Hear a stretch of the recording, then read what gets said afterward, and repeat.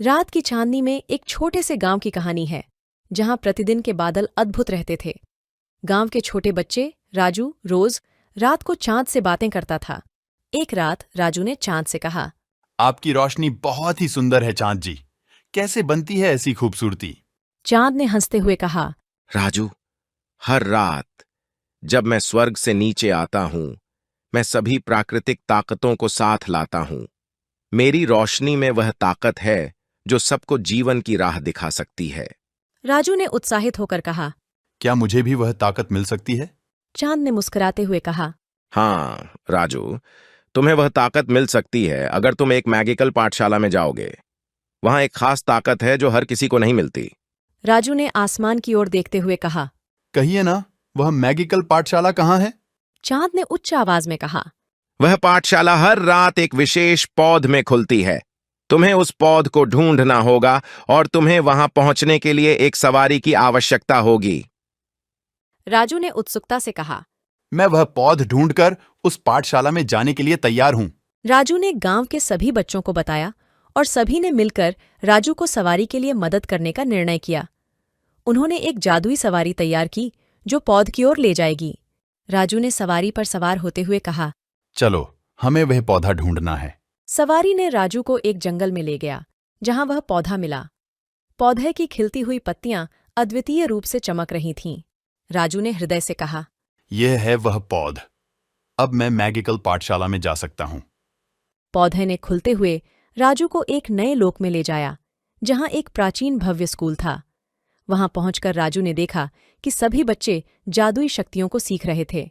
प्रमुख गुरु ने कहा, राजू, तुमने हमारी जड़ों से आई हुई हो, इसलिए तुम्हें यहां आने का अधिकार है। अब तुम भी हमारे साथ इन जादुई शक्तियों का सीखना शुरू कर सकते हो। राजू ने हर दिन मेहनत की और जादुई शक्तियों का सीखना शुरू किया। वह जल, वायु, अग्नि और पृथ्वी के तत्वों को नियंत्रित करने का कला सीखा। एक दिन गुरु ने कहा, राजू, तुमने अब तक सब कुछ सीख लिया है।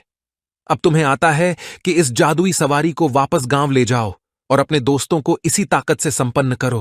राजू ने हंसते हुए कहा, जी गुरुजी, मैं जल्दी ही वापस आऊंगा और अपने दोस्तों को इस नई शक्ति से आशीर्वाद दूंगा।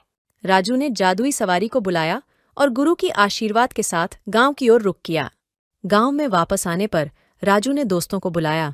आओ दोस्तों, मैंने एक जादुई शक्ति सीखी है जो हमें और हमारे गांव को सुख और समृद्धि प्रदान कर सकती है। वे सभी दोस्त उत्सुकता से राजू की बातों को सुन रहे थे। राजू ने अपनी जादुई शक्ति का प्रदर्शन करते हुए कहा, यह शक्ति हर किसी को सिर्फ इसलिए नहीं मिलती जो उसे सही तरीके से इसका उपयोग कर सकता है। हमें इसे सावधानी से और उचित तरीके से इस्तेमाल करना होगा। एक दोस्त ने पूछा। राजू, हमें भी यह शक्ति सीखनी है। राजू ने मुस्कुराते हुए कहा, ठीक है, लेकिन धीरे धीरे सीखो और सबका भला करो। इसके बाद सभी दोस्तों ने जादुई शक्तियों का सीखना शुरू किया और गांव में खुशियों की बौछार मच गई। गांव में हर किसी के जीवन में सकारात्मक परिवर्तन हुआ और सभी ने इस नई जादुई शक्ति का सही तरीके से उपयोग किया। फिर एक दिन गांव में एक बड़ा संघर्ष हुआ। एक राक्षस ने गांव को हमला किया और सभी को खत्म करने का आतंक बना लिया। लेकिन राजू और उसके दोस्तों ने जादुई शक्तियों का सही तरीके से उपयोग करके राक्षस को पराजित कर दिया।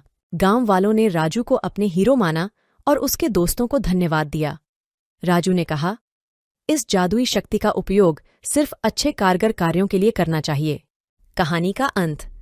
इस प्रकार राजू ने अपनी जादुई शक्तियों का सही तरीके से उपयोग करके गांव को बचाया और सभी को सुख शांति में जीने का सीख दिया।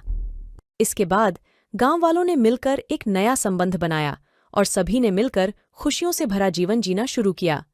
इसके साथ ही राजू ने अपने दोस्तों को साथ लेकर गांव को और भी सुंदर और खुशहाल बना दिया।